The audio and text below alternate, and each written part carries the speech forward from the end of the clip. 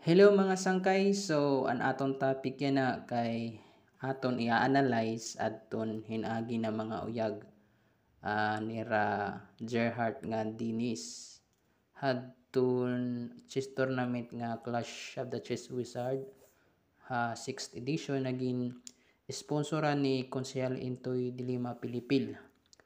So ini na posisyon amo ini an crucial na posisyon kun hain haluyuhan mga blunder ni Ranadua na himo ni Dennis Micaral hini na posisyon na ma-equal. So ini posisyon equal pahira kay may dara equal number han pawns nganin although may da paspon nga ni Dennis pero duol naman ang king ito para pungan ngan may da pa rook. So madahera parehasin rook. Ngan although din hi Gerhard may da majority pawns nga diha queen set versus hini na usala pero adi didilit an king so duol atiya. So madali leto niya madipinsaan hini dinhi kay ada mandidaan king ito nakapwisto nga nini singon ta may da paspon nga dahi Dennis pero ada malat an king ni Gerhard. So hina posisyon equal na talaga. Pero pagpadayon ng era uyag for example dinhi tumire Gerhard hin rook c3. Okay petiya ngan king b7 is good move kay ini na king ngan pun amon mapugong hinina pun majority ni Gerhard ha queen side ngan for example liwat hini as a black side hidinis liwat ma-maintain hini na posisyon kunain an rook dinhi ma-maintain magpugong for example maka advance tidaan king nganin didi madepensa kay for example pag makuha iniya pwede tadi makuha adi na pon for example ini na king ada na duol. So amini ang rule as black ini na rook ma-maintain let dida ngan ini na king ma-maintain let dinhi mag depensa queen side. So ini Gerhard gusto mag-penetrate for example after rook to c5 pero a6 good move gyapon to stop line mga check nganini di man tiya makakapture ito na pawn kami the rook. So ini na rook diri tiya ma-atake han king kay for example ito dida diri makakagawas basta diri umiwas ito na rook. So ini na position maintain la ito dida na solid. Kung gusto man kuha ini na rook kinanglan tumaluyok inin king for example nga didi maagya didi may queen side pero maintain lahat ito ang black didi para diri makatabok. So hini na posisyon did equal good yap magbabalik-balik good letera tapos ma-end hin draw. So after b4 trying to create pass pawn na queen set pero saring ko pa man ma-maintain la din ni ang king hini na queen set hin ganda pawn tas diri ni makalusot bisan pa tiya may da rook for example kapag padayon a4 din although bumaya hiya pero equal pa gyapit tiya kay pwede magun makapenetrate at diyan rook for example nga didi i-attack ito ng mga pawn for example tapos ito dida for example Puritan good and white ini na iwara ito na rook dida hadi pinsa hadi nga pawn. So for example after a5 check okay petiya maintain la dida maintain la na defense ini din niya queen side.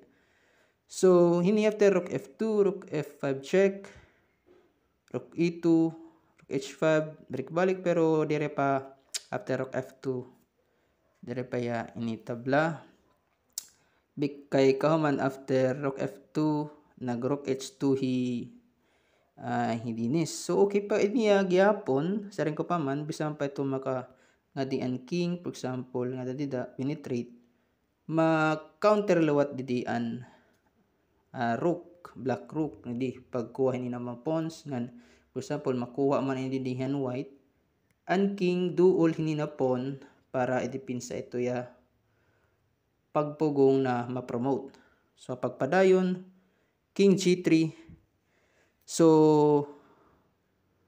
rook h5. Although pwede tumira nga dihi rook dito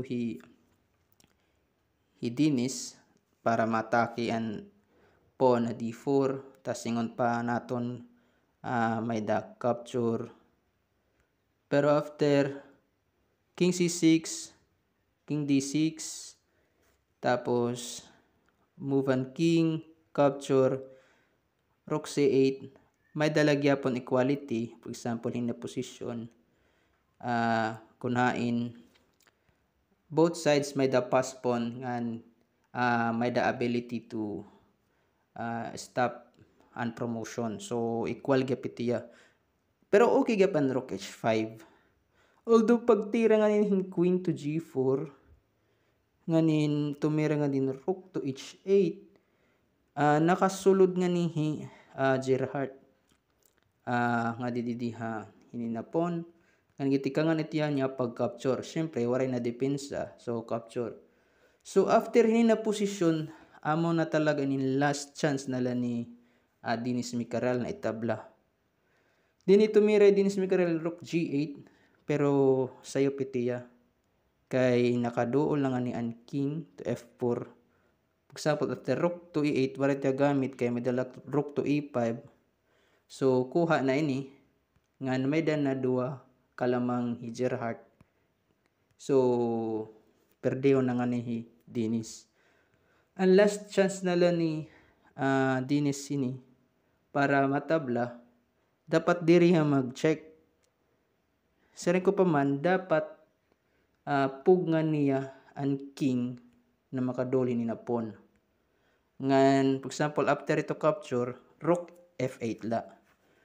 An idea ito is pugngan good ang king na makatabok dida while inik na king amo an matisting pag